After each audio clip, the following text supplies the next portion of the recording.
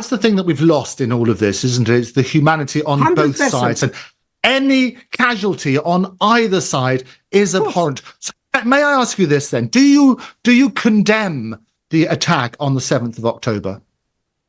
Well, this kind of a question would be asked really in the, as I said, in the normal context, where if you tell me whatever is happening for example, in London, I would tell you automatically, yes, of course, I would condemn, because this is the normal situation. Any sensible person would condemn any kind of these attacks in Australia, in the USA, but it is very complex to talk really about, or to jump up to the condemnation, or whether I agree or I disagree. It's much beyond that. The description of the situation in Gaza, it doesn't put the people in the normal context where the people themselves should be asked really about this. I'm not representing really either party here, but I'm trying to be as much to give impartial observation in the situation. Yeah. Gaza is a hell. I think that's very helpful. Chrissy, do you condemn the attack on October the 7th?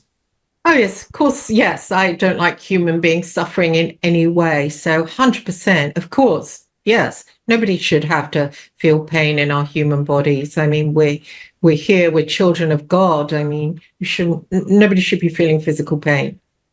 Okay. Part of your expertise is in the security services and so on and so forth. And a lot of people have said that the Israeli security service was supposed to be some of the best in the world. And as a result, how on earth could they not have known that there was going to be this attack? What are your views, Chrissy?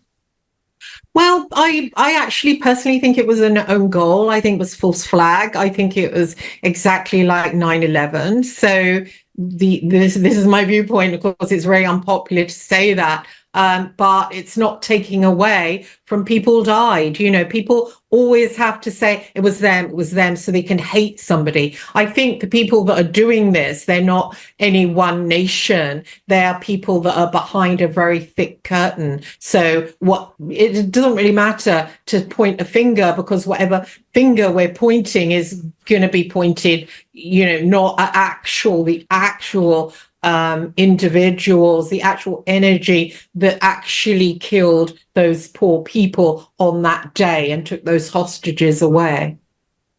And again, it's all about evidence, isn't it? When you're looking at these from an investigative point of view, what are the evidence where people have suggested may have been a false flag operation? What are the evidence of that, Chrissy?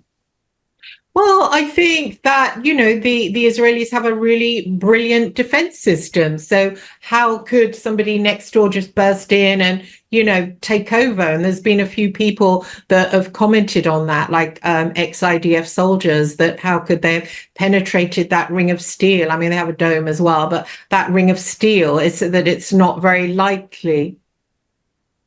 And there's a lot of things. I mean, we should question everything. And there's that brilliant movie, Wag the Dog, where they talk about creating a war effectively to make distraction from home troubles in America at that stage. And a lot of people have said Benjamin Netanyahu has got a number of questions to ask once this conflict may be over. But I want to finish on, if there is a way to finish on, providing some sort of hope about what, and if at all possible, there might be a viable peace plan. Talk to me about that, Dr. Khanfar. Can you see a viable peace plan in all of this?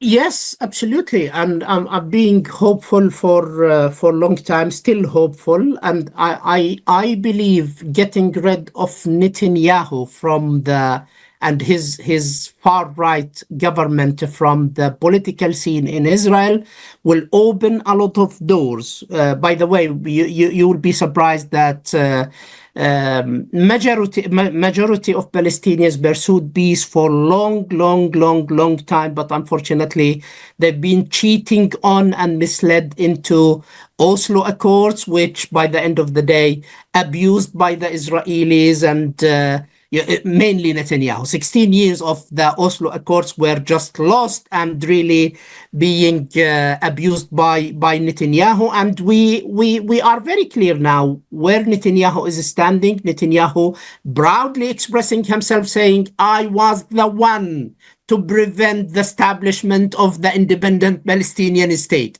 There is no Palestinian state. We know there is no peace, no security for everyone, neither for the Palestinians nor for the Israelis. And it seems to be that not materializing the independent Palestinian state by giving the self-determination for the Palestinians, I think is gonna to end up, this is the end game of Christian question, the end game is gonna to be a regional war which can drag everyone on earth into that war. Yeah, incredible. 30 seconds, Chrissy. What is the road to peace? I don't think there is a road to peace. I think it's biblical end times. So I think that the world is coming to an end, and this is, we're going to find somewhere else to exist. I think humanity was probably a mistake. I think humanity hasn't fared very well. We war with each other constantly. There's constant pain. There's an elite. So it's an experiment that went wrong. So I don't think there is hope apart from prayer, connecting to God, and that spirituality, finding that within ourselves. Because after all, being alive, being a human being, it's a temporary thing. It's very temporary. We're just here for a short time, and then we go on to our real life. Okay. Thank you both very much, Chrissy Hart and Dr. Nehad Khanfar, for joining us here on the Muckrakers. Some very interesting views. We will obviously return to this topic. Do have a good weekend, whatever you're doing, and join us again on Monday. We'll see you then.